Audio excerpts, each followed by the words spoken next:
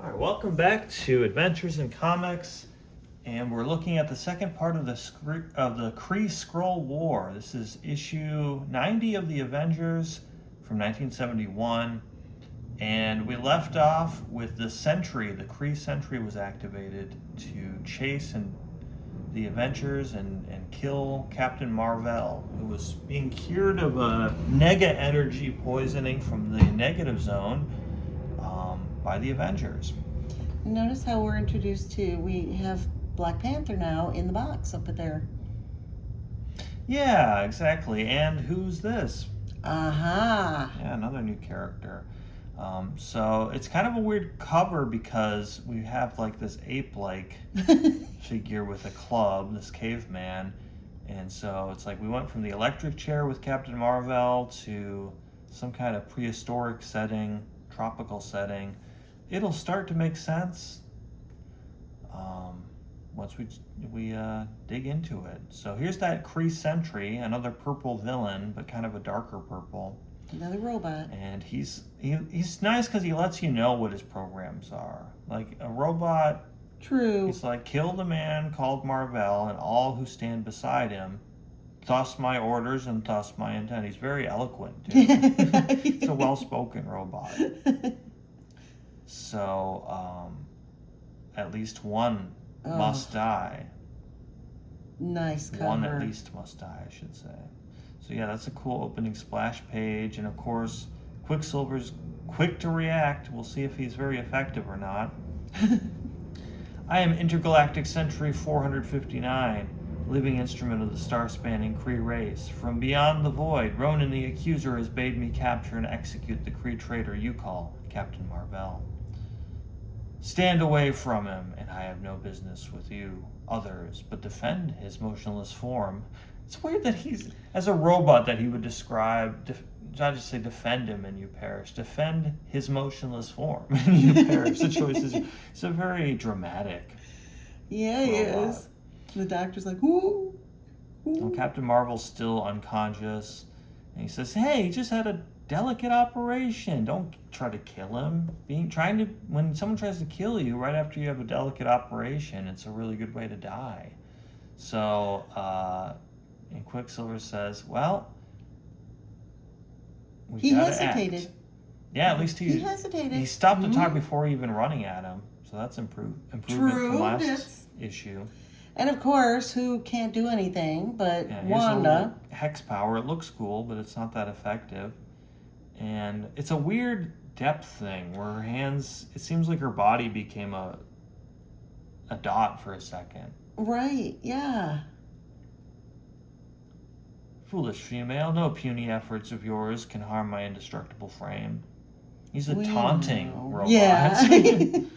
He's like, I wasn't going after your frame. I was trying to put the whammy on that ceiling. So the ceiling got hexed and it fell on him, and he just shakes it off. Like a duck sheds water. This is a cool animation. Yeah.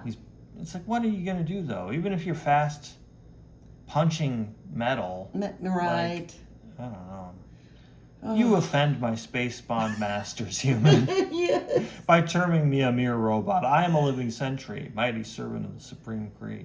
Last issue we saw a move like that. Yeah, when he was breaking the door down, where they put their arms behind them like that, like the tearing. That's funny. That is a very Jack Kirby motion, though. Like, so one final person to oppose him, another robot, or an android at least. So he can withstand it because of his density and intangibility powers, his mass-based powers. I never felt so hopeless before, or helpless. He says, stand aside. He's mine to punish, mine to destroy. We are androids both, you and I, far above mere humankind. It is not meet that we should fight their battles for them. He's such an eloquent robot. Yeah, he is. It's like... Yet. Yeah, right. It's a weird way to...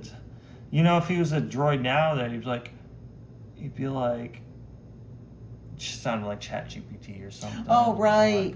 you're right. That is a really cool way to, how it like always reassures you. Or like, Yes. that's a really interesting question. It's like, Ick. Ick. you become more dense, more massively solid with each moment. That is my power, Sentry, my strength. But it can be a weakness when you crash through the floor. So not only did the ceiling of this poor hospital come crashing down, now the floor has collapsed, but the Sentry is very unbothered by it. He's got Iron Man feet. But he just said, just when you think all is lost, instead of killing Marvel, he's like, I have received new orders. It's to carry him like a child, like a newborn babe, and burst through like the Kool-Aid man through the wall. Uh-oh. Marvel's still delirious when he overhears the Sentry say, when all shall be accomplished by Plan Atavis. Plan? No, kill me here, Sentry, now, don't use that. So this Atavis must be a bad thing. And Marvel knew about it from when he first came. And he just blinks away. Why do you have to break the wall down if he's just going to teleport away anyway? Wasn't getting good reception on his teleporter because of the wall. But then they couldn't use it as a prop to peek through. Yeah. So they say, what is this Plan Atavis? It doesn't sound good. Do you ever hear Marvel talk about it? And he's like, it doesn't sound familiar. Uh-oh. And Vision's like, I'm okay. I just had to rest after that onslaught. When all of a sudden, a new character we're all familiar with, I'm Carol Danvers, head of Cape Security. I don't know if this is her first appearance fully. I should have looked that up. But they seem unfamiliar with her. I don't know if she's appeared earlier in, I think they allude to something that she had appeared in Captain Marvel's own book, but maybe not in Avengers. She's like, before you all disappear, you got to fill out all this paperwork. And then we cut a few hours later, and then it's like, oh, sorry for making you do all that paperwork. Okay, bye. It's kind of a weird transition. Yes, it is. I guess if you're going to have anybody do the paperwork, have the super fast guy. Right. But he's always stopping me like, what should I put for this? How do you spell? So, Rick, you're our only real link with Marvel. They're hoping that maybe their molecule sharing will shed some light on what's going on with the whole Kree Sentry and everything. He says, well, one thing stuck out in my mind. Turns out the Kree came through ancient history, like back in the Stone Age, and witnessed that some humans, or the ancestors of humans, were more developed than others. So there's the really primitive hunter-gatherers, and then there's some kind of city, and the Sentry sees that, and he says, well, we're going to call you Inhumans. So if you're familiar with Black Bolts and Adelon and Medusa and all that, I guess that's where the Inhuman this is their moniker beginning. Comes from. Right.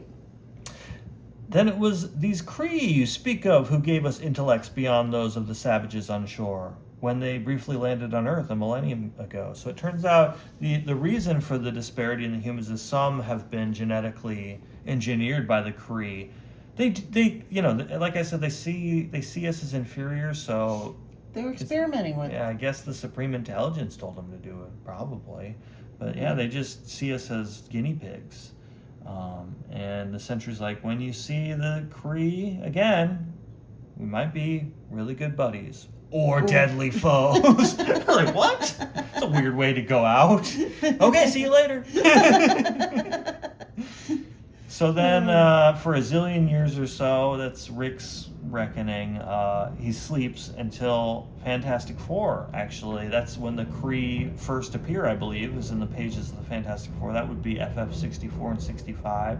So they stumble across this ancient alien kind of thing. It's funny how a lot of things that are contemporary, like pop culture things like Ancient Aliens were a thing even back in the 60s and 70s of like, aliens came here when we were all primitive and messed with things. I think of it more as like a newer thing with the History Channel and stuff like that, but I guess it's been an idea for a long time. The guy with the crazy hair? Yeah, the meme guy. So anyway, hey, I had mentioned last episode Uh-huh. that Marvel had a different character design at first. So this is the way he looked when he Wow. was a spy that the Kree had sent. I kind of like it. I think it's cool. It kind of makes him look a little Hydra though, because I Yeah, think true. Hydra has that green color scheme. True. So we recapped that. He's enough of a tough guy to take down the Super Skrull, which the whole Fantastic Four have trouble beating him sometimes. Right. I do like the planet logo on his. I guess that's the Kree's homeworld or something. Do they just call it? No, they call it Hala, right? Isn't it Hala, something like that? And then through his experiences, we're catching up that no more will I serve those who would annihilate a weaker people with the flick of a cosmic finger. I Wow. hereby renounce my Kree heritage to become instead a man of planet Earth. He's going native. So he had to ditch the old uniform. It was Crocs. He found Crocs. It's like, these humans have these unique footwear. Super What are these soft. Crocs? We don't have anything like this. And I could put these fun little toys in there and stick them in. So through this is all stuff I guess that had happened in Captain Marvel's series from I think 1967 is when it came out. So the first 21 issues of that were recapping that his wife or whatever, his girlfriend died, Una. As punishment. She was the only other Kree that was sympathetic to the humans. So then there was a period where he got called back to the Kree homeworld. The Supreme Intelligence gave him different rank and a different costume, as we see, and different powers. So now he has those bands.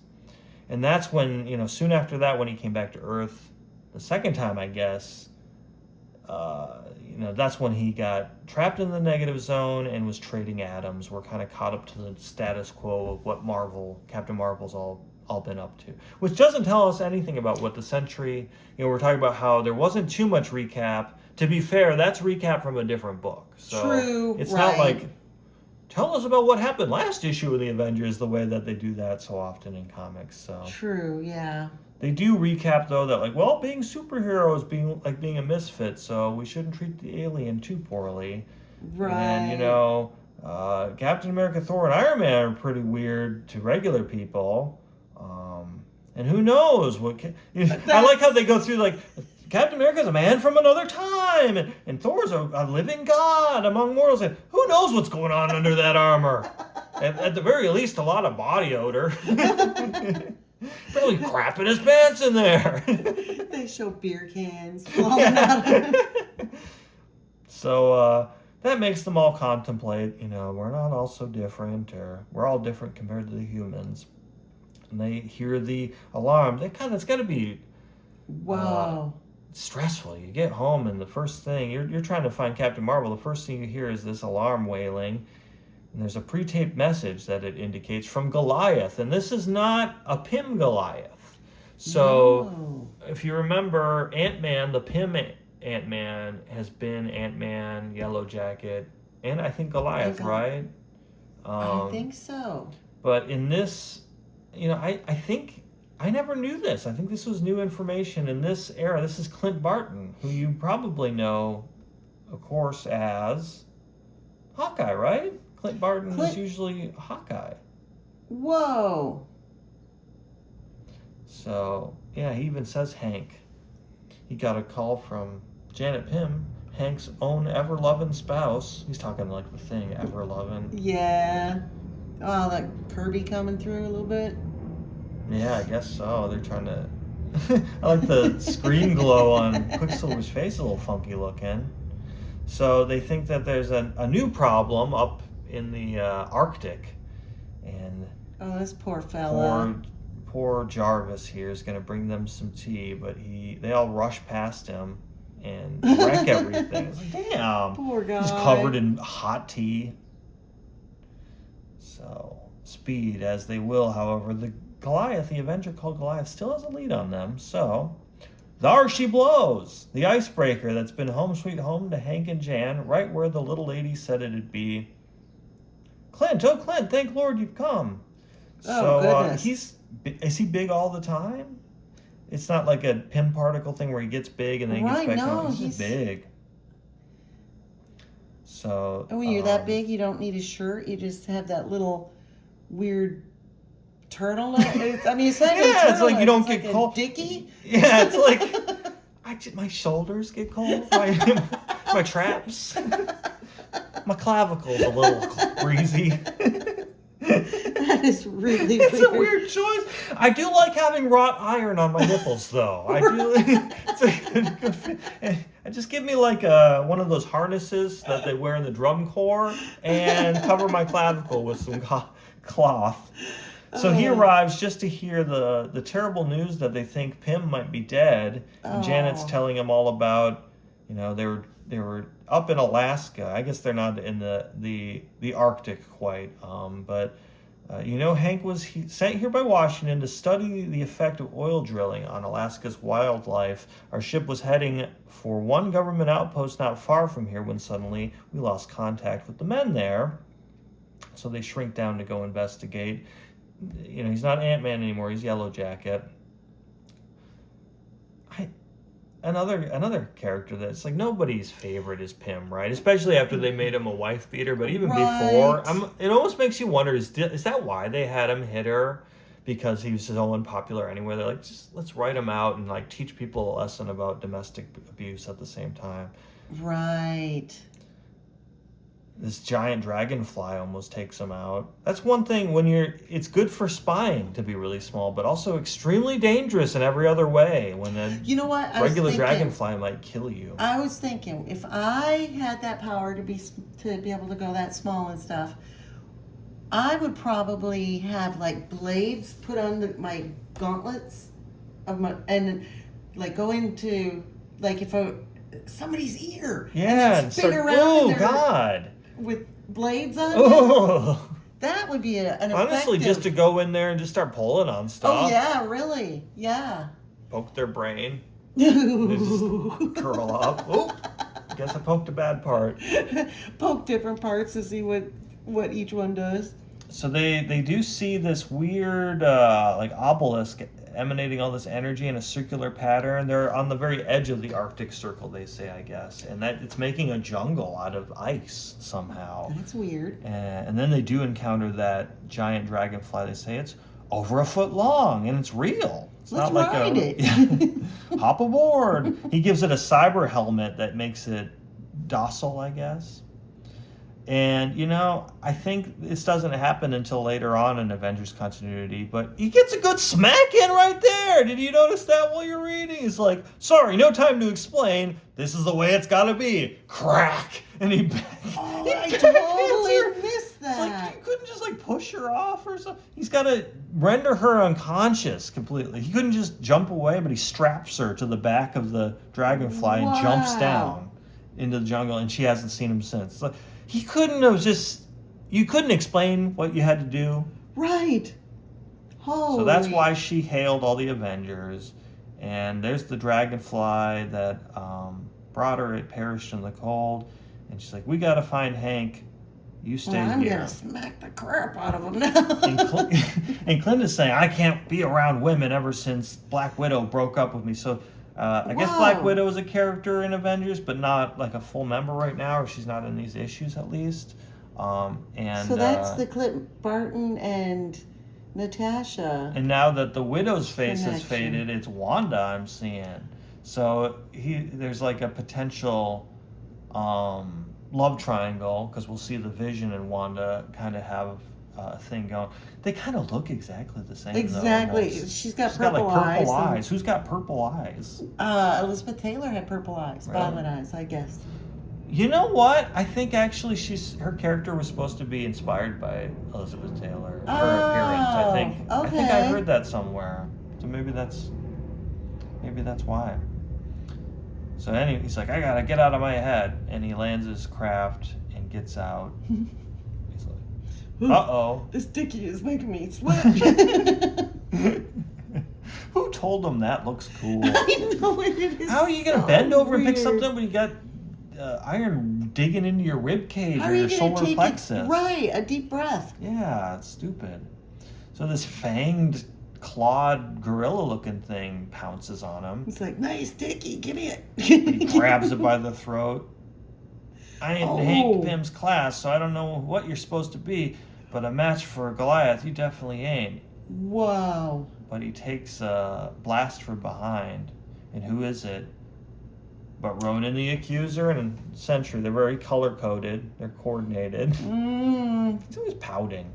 He looks like Apocalypse, kind of. He does, yes.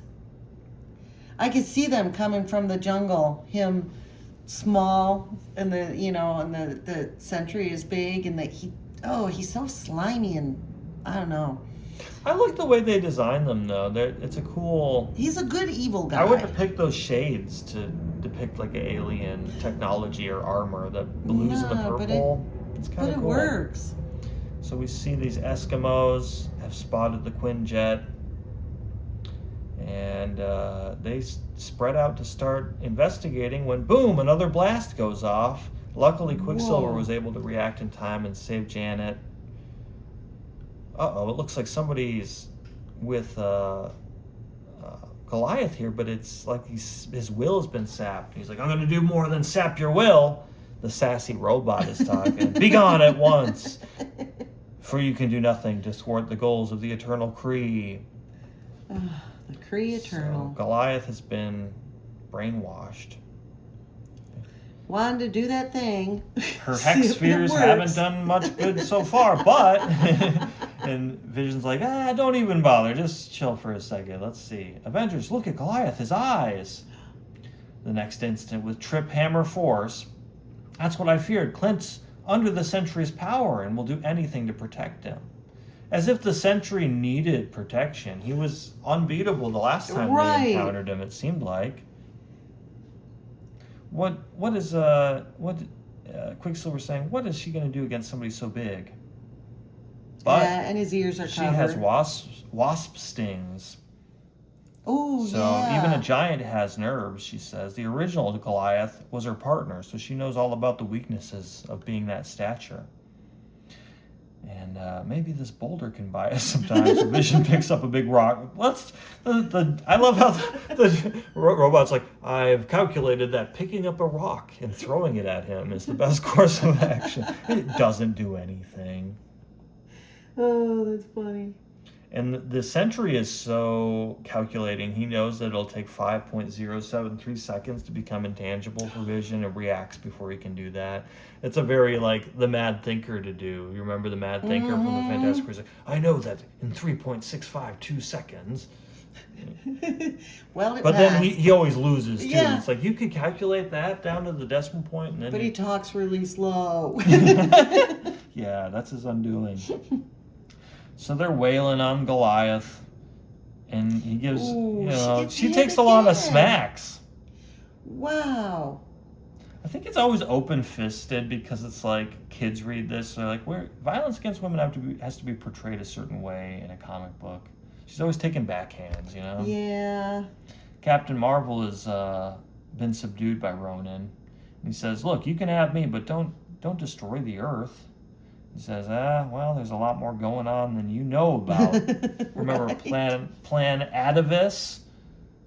Not Plan Atavis. No, not that! Says, you are hardly in a position, Marvel, to dictate interstellar policy to one who has made himself master of the space-spanning Kree. Master of alliteration, too. Right. Even now, the swirling sweep of the Citadel's Evo rays grows greater with each turn. So his whole thing is like, things aren't going great on Earth, because if the Fantastic Four can beat my ass, the Avengers put up a good fight, we're doing a hard reset. So this thing is like, I'm going to send Earth back to the primitive times, back to the Stone Age. We can go back to doing genetic manipulations, and, we're just going to reset everything, basically. And everyone else will be eradicated. 1 million years of human history on this planet is eradicated, wiped out. But why? Why concern yourself with a backward world? He says, that's not for you to know. No, he says, look at that screen, traitor. That is a century, living arsenal and defender of the Kree way of life, supreme achievement of countless years of Kree history. Oh, he will destroy the superpowered Earth spawn, surely enough, but it is taking him too long. So I guess, yeah, the Earthlings have become too powerful. And as I said, yeah, even the Fantastic Four are too challenging, and they're just 4 people. So he's just being a sore loser. He does give us credit. He says, a planet which can produce such a race, which can go from steam power to atomic power in less than a century, we gotta control them. They're a potential threat. And we see the beast from the cover of the issue, some kind of primitive ape man lurking in the shadows. Oh, geez, wearing a yellow suit. I like how Ronan's watching this on TV. He's like, oh, how great. Her once husband has been turned into this brute. Wow.